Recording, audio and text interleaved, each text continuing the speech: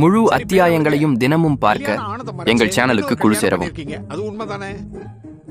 சொல்லுமா. ஆமாங்க ஐயா, உண்மைதான்.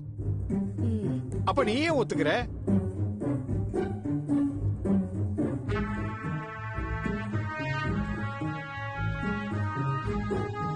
ஆமாங்க ஐயா, எனக்கு ஆல்ரெடி மேரேஜ் ஆனது, குழந்தை இருக்கிறது எல்லாமே உண்மைதாங்கய்யா.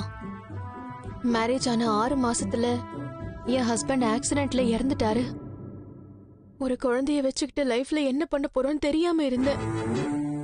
கொஞ்ச வருஷத்துக்கு அப்புறம் நான் மனோஜை மீட் பண்ணேன். முழு அத்தியாயங்களையும் தினமும் பார்க்க எங்கள் சேனலுக்கு குழு சேரவும். இவரோட நேச்சர் எனக்கு பிடிச்சிருந்தது. அவரும் என்ன லவ் பண்ணாரு. மேரேஜ் பண்ணிக்கலான்னு முடிவு பண்ணோங்க ஐயா. அதெல்லாம் சரிமா. ஆனா உனக்கு ஆல்ரெடி மேரேஜ் ஆனது அவர்கிட்ட சொல்லியே கல்யாணம் பண்ணிருக்கலாமே.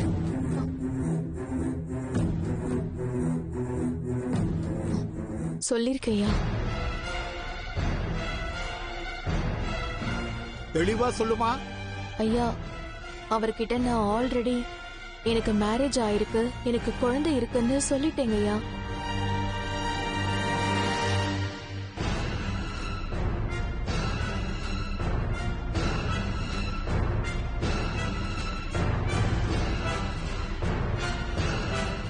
சொல்லிட்டியா? ஆமாங்க ஐயா, மேரேஜ்க்கு முன்னாடியே என்ன பத்தி எல்லாமே அவருக்கு தெரியும். முழு அத்தியாயங்களையும் தினமும் பார்க்க எங்கள் சேனலுக்கு குழு சேரவும். என் பையனுக்கு எதுவும் தெரியாது. இவ ஃப்ராட், பித்தலாட்டக்காரி. சைலன்ஸ்.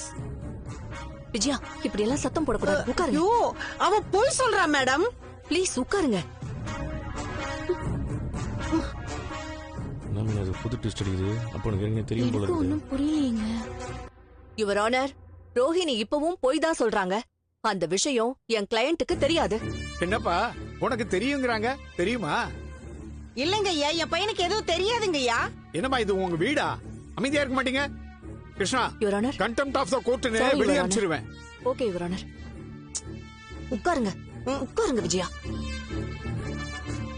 கல்யாணி, முழு அத்தியாயங்களையும் தினமும் பார்க்க எங்கள் சேனலுக்கு குழு சேரவும். ஆமாங்க ஐயா. அவர் அப்புறமும் உன்னை கல்யாணம் பண்ண ஒத்துக்கிட்டாரா? ஆமாங்க ஐயா, அப்பவே ஃபேமிலி கிட்ட இத சொல்லிடலான்னு நான் சொன்னேங்க ஐயா.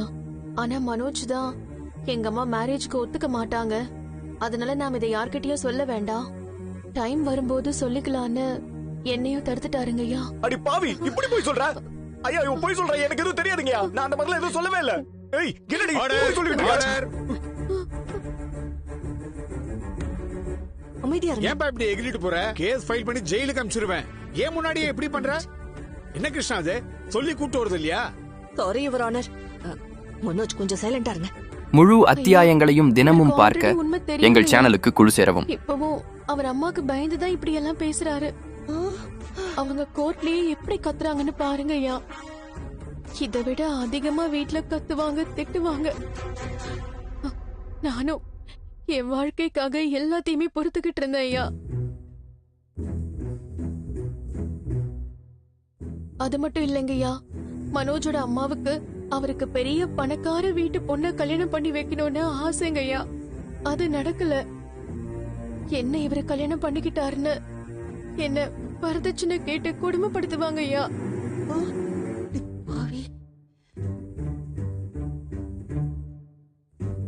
முழு அத்தியாயங்களையும் தினமும் பார்க்க எப்பவுமே எனக்கு எங்கள் சேனலுக்கு குழு சேரவும். வீட்டு வேலையெல்லாம் என்ன செய்ய சொல்லுவாங்க. மீனா, உனக்கு நடக்கிறதெல்லாம் அதுக்கு நடக்கிற மாதிரி சொல்லிட்டு இருக்க பாரு. அவ ஏதோ முடிவோட தாங்க இருக்கா. ஐயா, நான் அவளை கொடுமை எல்லாம் படுத்தலையா. அவ போய் சொல்லிட்டு இருக்கா. அவளை நான் என் கையில வச்சு தாங்கி இருக்கேயா. விஜயா, ப்ளீஸ் கொஞ்சம் அமைதியா இருங்க. மேடம், அவ ப்ளீஸ் வாங்க, அமைதியா இருங்க.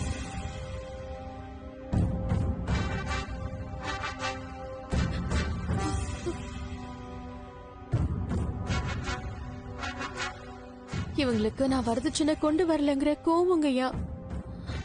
அதனால என்ன ஹஸ்பண்ட் கிட்ட இருந்து பிரிச்சுட்டு பணக்கார பொண்ணா பார்த்து கல்யாணம் பண்ணி வைக்க பாக்குறாங்க ஐயா.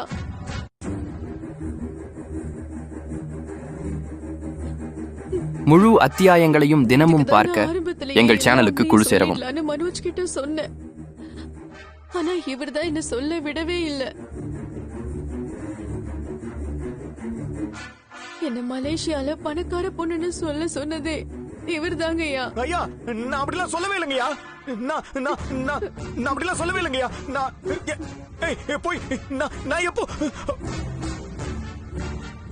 முழு அத்தியாயங்களையும் தினமும் பார்க்க எங்கள் சேனலுக்கு குழு சேரவும். இந்த உண்மையெல்லாம் சொல்லவே இல்ல. இதுக்கு மேல என்னால இந்த உண்மையை மறைக்கவே முடியாது.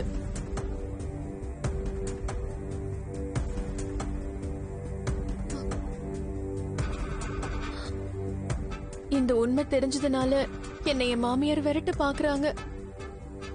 ஆனா எனக்கு என் ஹஸ்பண்ட் கூட வாழணும் முழு ஐயா. அத்தியாயங்களையும் Please தினமும் ஐயா. பார்க்க எங்கள் சேனலுக்கு குழு சேரவும். விட்டுறாதீங்க, please.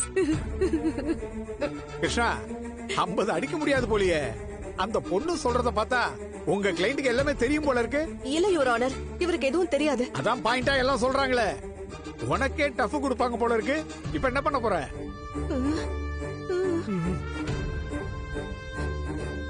என்னங்க இது?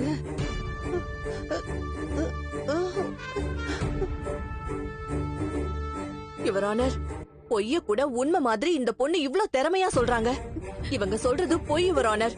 அப்படி உண்மையை சொல்லிருந்தா என் கிளையண்ட் கிட்ட சொல்லிருப்பாரு. உன் கிளைண்ட் போய் சொல்லிருக்கலாம் இல்லையா? என்னங்க ஐயா, உண்மை தெரியும்னா எதுக்கு டிவோர்ஸ் கேட்டு கோர்ட் வரைக்கும் வர போறாரு? அவரா வரலங்கய்யா, அவர் அம்மா வர வச்சிருக்காங்க.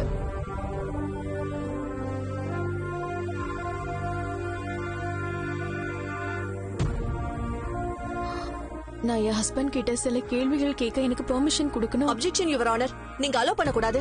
இரு கிருஷ்ணா, என்ன கேக்குறாங்கன்னு பார்க்கலாம். உண்மை தெரியணும்ல. Objection overrule. நீ கேளுமா. நீ போப்பா.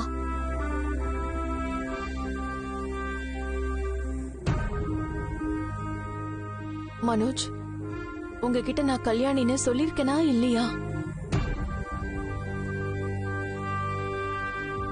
சொல்லுங்க, நான் தான் கல்யாணின்னு உங்ககிட்ட சொல்லிருக்கேனா இல்லையா?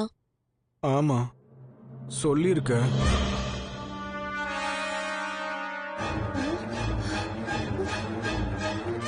என்ன கிருஷ்ணா, அவுட்டா? அப்ப கல்யாணின்னு சொல்லிருக்காங்க இல்லையா? ஆமாங்கய்யா. ஆனா இவரே ஒத்துக்கிட்டாரு பாருங்கய்யா. இல்லங்கய்யா, இவ மேல வந்து பேய் வந்து ஆவி என்ன பாடி கொண்டாட்டிய பேயின்லாம் சொல்ற? அப்படிலாம் சொல்லக்கூடாது. இல்லங்கய்யா, இவ மேல கல்யாணி பேய் ஆவி உடம்புக்குள்ள போய் உளறி சிச்சி. என்னையா உளற? Just answer the question. என் பையன் கிறிஷ் உங்களை டாடின்னு கூப்பிடலான்னு நீங்க தானே சொன்னீங்க.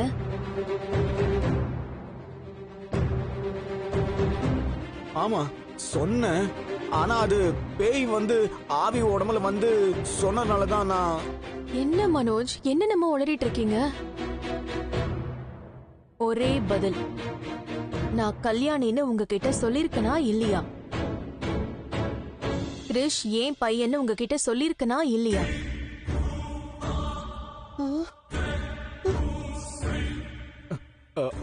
அது வந்து நீ. நான் சொல்லிருக்கனா இல்லையா? ஆமா சொல்லிருக்க. ஆனா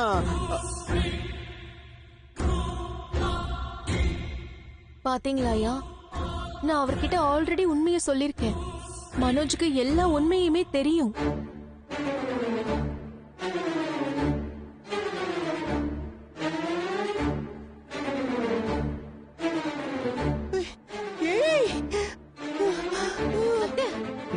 நீதிபதி ஆழமான குரலில் ரோஹிணியிடம் கேட்கிறார்.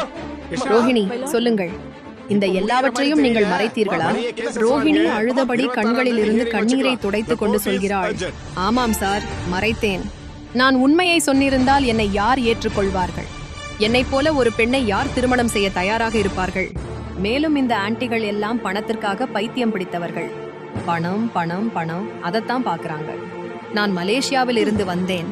எங்க அப்பா பெரிய பிசினஸ்மேன் என்று சொன்னதுக்கு பிறகுதான் எந்த யோசனையும் இல்லாமல் தங்கள் மகனுடன் என் திருமணத்தை நடத்தி வைத்தார்கள். இப்படிப்பட்ட சமூகத்தில் ஒரு பெண் கொஞ்சம் பொய் சொன்னால் அது இவ்வளவு பெரிய குற்றமா? கோர்ட்டில் முழு அமைதி நிலவுகிறது. நீதிபதி சொல்கிறார், நீங்கள் அழுதாலும் கத்தினாலும் பொய் என்றால் பொய்தான். ரோஹிணி உடனே சொல்கிறாள், இல்ல சார், நான் பொய் சொல்லவில்லை. மனோஜிடம் எல்லாவற்றையும் முன்பே சொல்லிவிட்டேன். திருமணத்திற்கு முன்னரே என் வாழ்க்கையின் எல்லா உண்மைகளையும் அவனிடம் சொல்லிவிட்டேன். எனக்கு எந்த ரகசியமும் இல்லை. பிறகு அவள் தொடர்கிறாள். அந்த நேரத்தில் மனோஜிடம் எந்த நிரந்தர வேலையும் இல்லை. வீட்டில் அவனுக்கு மதிப்பும் இல்லை. ஒரு பிச்சைக்காரனை மாதிரி இங்கே அங்கே அலைந்து கொண்டிருந்தான். அவனுக்கு கொஞ்சம் அன்பு காட்டியது அவன் அம்மா மட்டும்தான். அதனால் அவன்தான் இந்த விஷயங்களை எங்க அம்மாவிடம் சொல்லாதே என்று என்னிடம் கேட்டான். அப்போதுதான் அவன் என்னை திருமணம் செய்ய சம்மதித்தான். நீதிபதி அதிர்ச்சியுடன் கேட்கிறார், அப்படியானால் மனோஜுக்கு எல்லாம் தெரிஞ்சிருந்ததா? ரோஹிணி சொல்கிறாள், ஆமாம் சார், அவனுக்கு எல்லாம் தெரியும். அவன் எங்க அம்மாவை சந்திக்க கூட வந்திருக்கிறான்.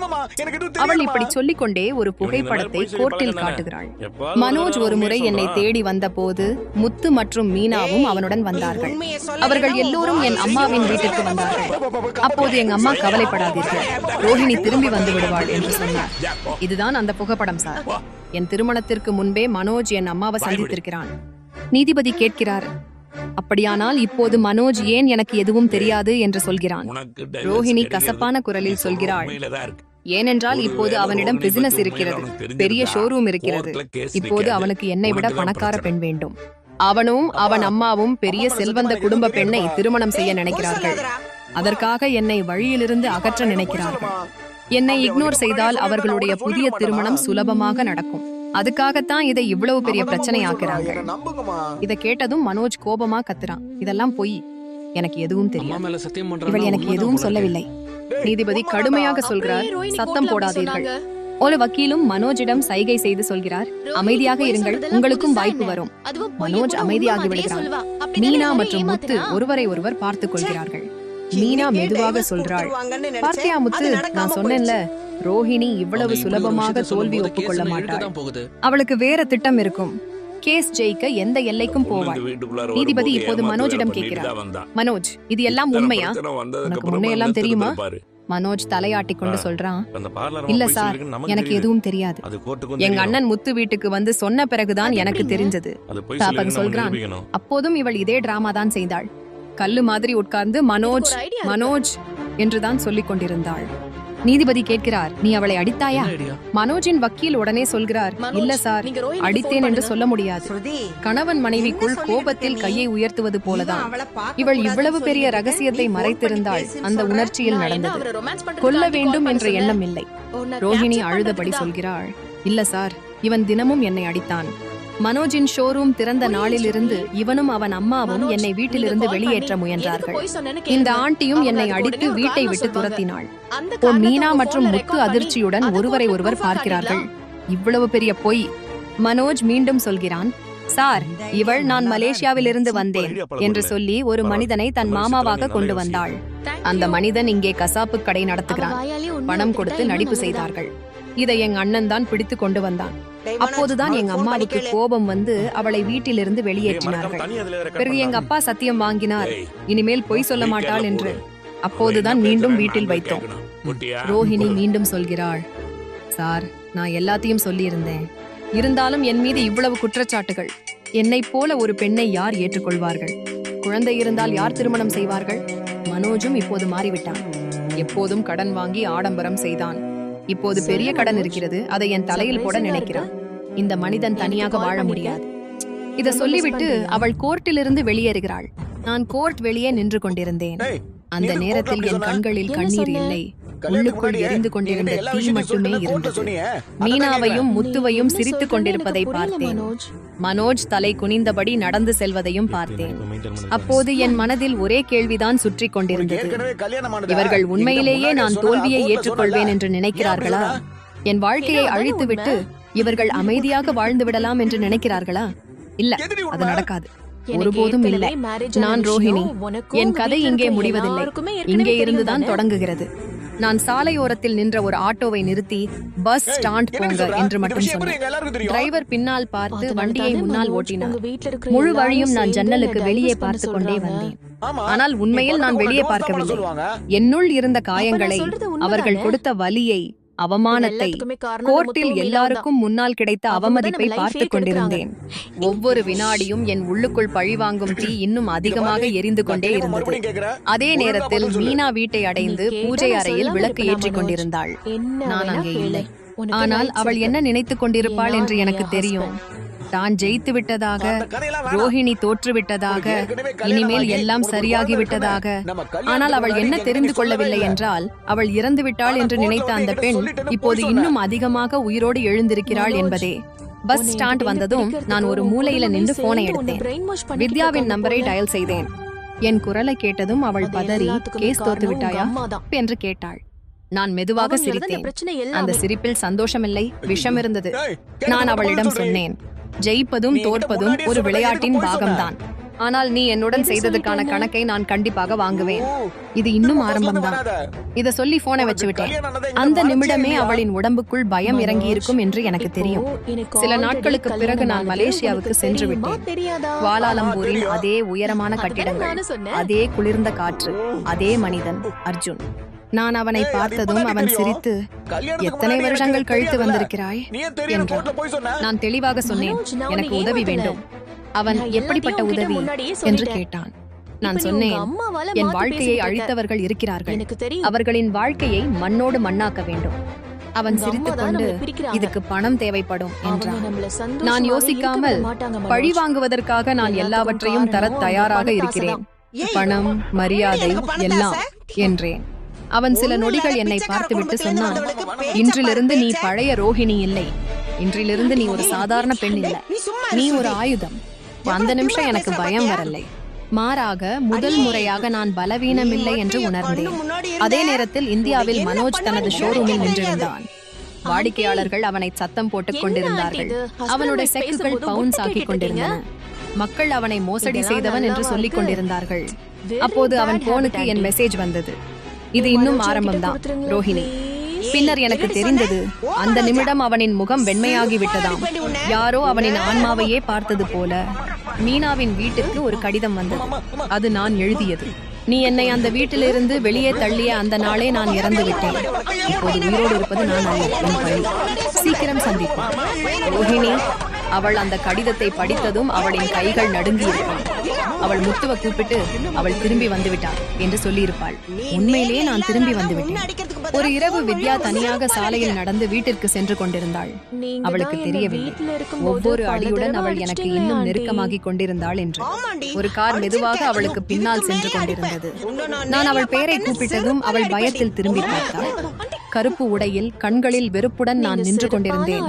நான் அவளிடம் ஒரு வார்த்தை தான் சொன்னேன், முதலில் நீ. அவளின் கத்தல் இருட்டில் முழங்கியது. எனக்கு இது குற்றம் அல்ல, இது நீதி பெறுவதற்கான ஆரம்பம் மட்டும்தான். ஏனென்றால் ஒரு பெண்ணின் மரியாதை, அவளின் அடையாளம், அவளின் நம்பிக்கை எல்லாம் பறிக்கப்பட்டு விட்டால் அவளுக்குள் ஏதோ ஒன்று இறப்பதில்லை, மாறாக மிகவும் ஆபத்தான ஒன்று பிறக்கிறது. அதுதான் இப்போது நான் ஆகிவிட்டேன்.